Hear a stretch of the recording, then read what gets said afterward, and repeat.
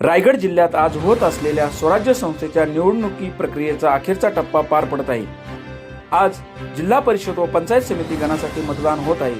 आपल्या ग्रामीण भागात परिसरातील विकासासाठी बाहेर पडा आणि आपले अमूल्य मत आपल्या विकासाला द्या। आपल्या परिसरातील विकास करण्यासाठी उमेदवारांना निवडून देऊन आपल्या भागाचा विकास करावा, यासाठी मतदारांनी घराबाहेर पडून मतदान केंद्रावर जाऊन आपले मतदान करा।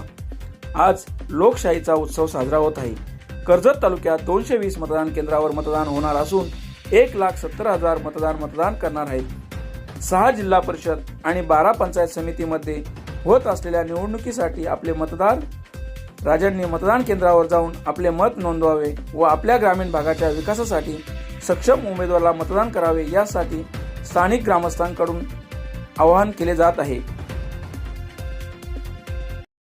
काय कशा प्रकारे आवाहन करावे? रायगड जिल्ह्यामध्ये होत असलेल्या जिल्हा परिषद निवडणुका व पंचायत समिती निवडणुका मतदारांना एकच आवाहन करतो की आपल्या ग्रामीण भागाचा व आपल्या जिल्ह्याचा विकास करण्यासाठी प्रत्येकाने मतदानाचा हक्क बजवावे आणि आपली लोकशाही बळकट बनवावी, आज सर्व मतदारांना या मतदानाच्या दिवशी आवाहन करण्यात येत आहे।